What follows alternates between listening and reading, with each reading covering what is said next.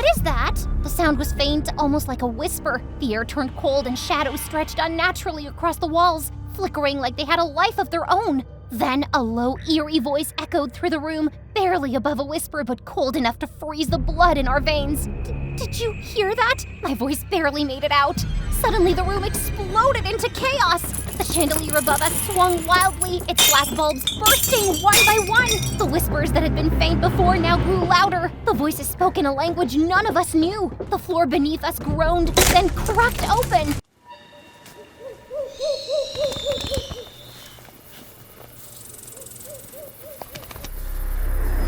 I can't believe I let you guys talk me into this.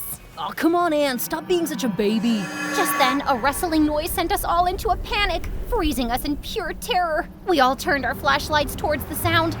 It was just a harmless iguana. Oh, great. Now I'm even more freaked out. Why did I agree to do this again? Because it's Halloween and it'll be fun. Let's enjoy. Exams were finally over and we had just stepped into the freedom of university life. No more curfews. What better way to celebrate than with my friends on this eerie night? For 5 long years, I had passed that old plantation house on Wendy Fitzwilliams Boulevard, always wondering what secrets lay behind its crumbling walls. While there were many different rumors about what happened in the plantation house, one thing was clear. Inside, there were jumbies. Hey there, I'm Mariah from the beautiful twin island of Trinidad and Tobago. Now, for those who don't know, a jumbie, it's an evil spirit from our folklore. But you didn't really come here for that, right? You came for my confession. So hit that like button, subscribe, and buckle up because what I'm about to share is gonna be a doozy. Okay, so back to the story. We had to be careful. The police station was just across the street. The last thing we needed was to get caught sneaking around on a night like this. I glanced at my friends, excitement mingling with curiosity as Dwight and Jacob began taking the back door off its hinges. I knew kicking down the door would have been awesome, like in the movies, but we had to remember, getting caught was not an option. As soon as the door creaked open, the guys carefully pushed it aside and we stepped into the darkness of the house with our flashlights. So, where did you hear about this creepy mirror game? Good old Google. It's one thing to hear about jumbies. It's another to actually go looking for them. At least I came prepared. What's that? It's holy water. You guys didn't think I'd come here without any protection, do you? I'm not that crazy. Okay, should we do this thing upstairs or downstairs? Please, downstairs. I don't plan on getting any creepy crawlers in my hair. As we explored downstairs, I spotted something under a dusty sheet in the corner. Hey guys, come check this out. One by one, they gathered around as I pulled off the sheet. It was a large antique mirror. Wow, look, I found the perfect mirror for the game. So we start at midnight? Yes. So what do we do for the next few hours? Share spooky stories? We sat in a circle and lost ourselves in the stories until my alarm went off at 11:55. We all looked at each other. I swore everyone in the room could hear my heart beating. It seemed so loud in my ears. Nervously, I grabbed the pieces of paper I'd prepared and handed one to each person. At midnight, look into the mirror and say what's on the paper. Got it? Are you guys sure you want to do this? Calling a jumbie could have serious consequences. Or are you chickening out? Don't worry, Anne has enough holy water for all of us. 1 minute to go. We stood up and gathered around the mirror, my heart beating loudly as the seconds ticked away. Suddenly, my alarm rang loudly, signaling it was time. We all looked into the mirror. Jumbie of the night, I summon thee. Reveal your presence, let me see. We waited for the next few minutes and it felt like hours, but nothing happened. Jacob broke the tension with a smirk. I guess all the rumors we heard over the years were false. What is that? The sound was faint, almost like a whisper. The air turned cold and shadows stretched unnaturally across the walls, flickering like they had a life of their own. Then a low, eerie voice echoed through the room, barely above a whisper but cold enough to freeze the blood in our veins. Did you hear that? My voice barely made it out. Suddenly the room exploded into chaos. The chandelier above us swung wildly, its glass bulbs bursting one by one. The whispers that had been faint before now grew louder. The voices spoke in a language none of us knew. The floor beneath us groaned, then cracked open. Thick black sludge oozed up through the gaps in the wood, creeping across the floor like something alive. And its stench, like spoiled meat, hit us hard, making it hard to breathe. And then we saw them, dark handprints pushing out from the wallpapers. Fingers stretching and clawing as if they were trying to tear their way through. My heart raced as we huddled together, frozen in fear. It felt like the air around us had turned heavy, holding us in place. The air turned icy, then came the sound. Footsteps approaching, slow, deliberate. We need to leave, now! Jacob's voice snapped us back to reality and we all bolted for the door. But when we grabbed the handle, it wouldn't budge. The door was locked. No, more than locked. It felt like it was sealed. Help! Someone help us! I'm way too young to die! I'm too young to die! And then, the growl. Low, rumbling, and inhuman. It seemed to come from everywhere and nowhere at once. You have called the Jumbie, and it's hungry. Oh my god! What have I done? What did I get us into? Upstairs, now! We raced up the stairs behind Dwight, taking the steps 2 at a time. The wooden steps groaned like they were about to collapse under our weight. Once in the hallway, we threw ourselves at every door. Desperate, but each one refused to open. Locked, jammed, we were trapped. Come on, open, you stupid thing! We finally reached the last door. Jacob and Dwight kicked it with all their might, the lock snapping. We stumbled into the room, slamming the door behind us. Quick, block the door! But if it's a ghost, how is blocking the door supposed to help? Do you have a better idea? Anne was already shoving a broken bookshelf against the door. No, then move it! At that moment, our survival mode kicked in. We shoved everything we could find. Old, decaying furniture, dusty shelves, even a tattered armchair against the door. My hands were shaking so badly I could barely lift anything, but I wasn't about to stop. Not now. Not with that thing out there. Once the door was blocked, I looked at my friends, who seemed as terrified as me. What now? I felt like a mouse in a trap. Nowhere to run, nowhere to hide. But apparently there was one more option. Hide! Quick! Under the bed! I know what you're thinking, and yeah, you're probably right, but honestly, we weren't thinking straight at the time, so don't judge us. We crawled under the ancient, splintered bed, the moth-eaten sheets brushing our faces. Our bodies pressed together, hearts pounding in unison. The room was deathly silent, except for our ragged breathing. And then, scratching. Sharp, deliberate scratches against the door like nails dragging slowly across the wood. The sound sent chills racing down my spine. We didn't dare breathe, didn't dare move. Just as suddenly as it started, the scratching stopped. Guys, we can't stay here. We have to get out. So you rather us face the Jumbie? Why did I come to this house? I should have just stuck to my carnival, not this Halloween bull. I blame you, Mariah! Really? Do you think now is the best time for this conversation? Was Anne for real? Guys, look, there's a window. Looks big enough for us to get through. We all looked in the direction Dwight was pointing, and he was right. Yes, freedom! We scrambled out from under the bed, adrenaline driving us forward. Jacob reached the window first, trying to push it open, but it wouldn't budge. It was stuck, just like the doors. He looked around the room frantically and grabbed a piece of rusted steel from the corner. Move! We stepped back as he swung at the window with a loud clang. Then, bang! Something slammed into the door from the other side. Our makeshift barricade rattled violently as the banging grew louder and more frantic. The door shaking under the force of whatever was out there. We were too close to get caught. Jacob, hurry! Jacob finally smashed the glass window. Go, go, go! Just as we were about to climb through, the temperature in the room went down. My breath turned to mist, freezing in midair. And then I saw it, a shadow. It slid through the cracks in the door like smoke until it blocked our path. Now we were trapped. It twisted and began forming, its eyes glowing with a red, ghostly light. My legs felt like lead. I couldn't breathe.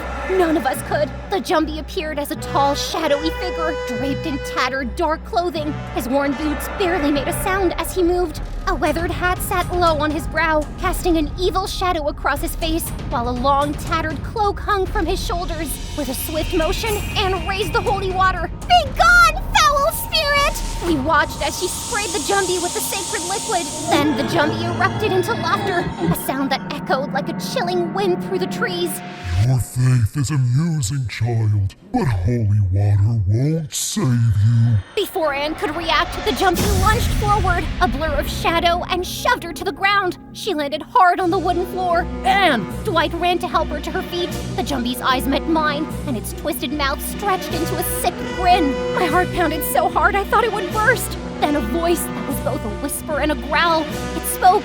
Mariah, I see you brought your friends as promised. Everything froze. My friends turned to me. Shock and confusion plastered across their faces. My heart pounded in my chest, each beat louder than the last. I could feel their eyes on me, their silent questions louder than the Jumbie's voice.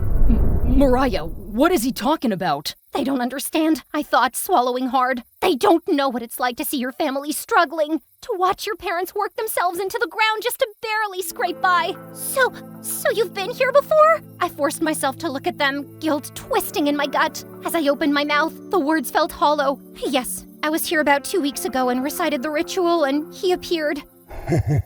Mariah here promised me your souls in exchange for wealth. So all of this, that stupid game, was just to lure us here for your own selfish needs? The accusation hit me hard. I blinked back, the tears threatening to spill. I couldn't break down now, not in front of them. I had to be strong. Selfish? My voice cracked, but the anger took over, fueled by years of desperation. My parents are working 2 and 3 jobs, and we're still living paycheck to paycheck. I'm tired. I can't stay in the ghetto. Can't live like that anymore. I did what I had to. But why us? I turned to Jacob, my eyes burning with anger. The words flew out of my mouth before I could stop them, filled with both anger and pain. Why not you? Huh. Don't your parents have a buck? That evil spirit that harms others to bring wealth to its master? You're no different than I am. Jacob's face paled then, but I didn't care. And he really wasn't sure, because a buck is an evil spirit bound to its master through dark rituals. It does whatever its master wants, bringing them wealth by hurting others. The buck is trapped and can't refuse to whoever controls it. While a jumbie is wild and unpredictable, but the buck is completely tied to its master's will. I got bullied for being poor all my life, and then here I decide to pretend to be rich and be in your group.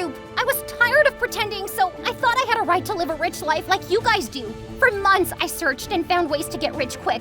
My granny always talked about the spirits and how you could control them to use them, but there was always a price. So I did my homework, learned the ways of the spirits and how to summon them. How dare they judge me? They had no idea what I'd been through. But even as I lashed out, a part of me hated myself. Anne grabbed my arm, yanking me toward her. Her eyes blazed with fury.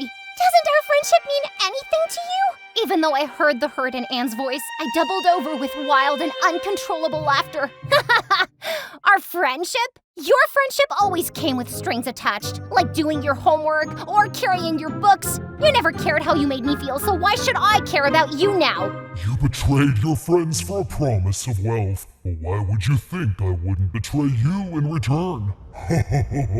None of you are leaving this house tonight. A loud rumbling echoed through the room as the shadows moved. Dark figures, more jumbies began to materialize from the corners. Their twisted faces watching us, waiting. Fear clawed at my throat. Everyone was screaming now, panicking, pushing at each other. I barely had time to think before Dwight ripped the block away from the door and it swung open. We bolted for the door, stumbling over each other, the floorboards creaking and groaning under our feet. As we ran through the hallway and down the steps, the jumbies were behind us, moving faster than I thought possible. Their twisted hands reached out, brushing against our backs, sending shivers down my spine. The door flung open and we spilled into the night air, but the darkness wasn't our salvation. It was a trap. One by one, the screams started. First, it was Anne. Her scream pierced the night air like a knife. Then it was Dwight. I turned just in time to see him fall, dragged into the shadows by hands that weren't human. Then Jacob. Black hands covered his mouth and dragged him away. The last thing I saw was his eyes wild with terror. They left silence, cold, empty silence. And then it was just me. The jumbie appeared again, its eyes gleaming with delight. I always get what I want. Tears stung my eyes. I was supposed to be free. Me and my family enjoying the wealth. Not here. Not with him. Please don't. I did what you asked. Yes, but you forget.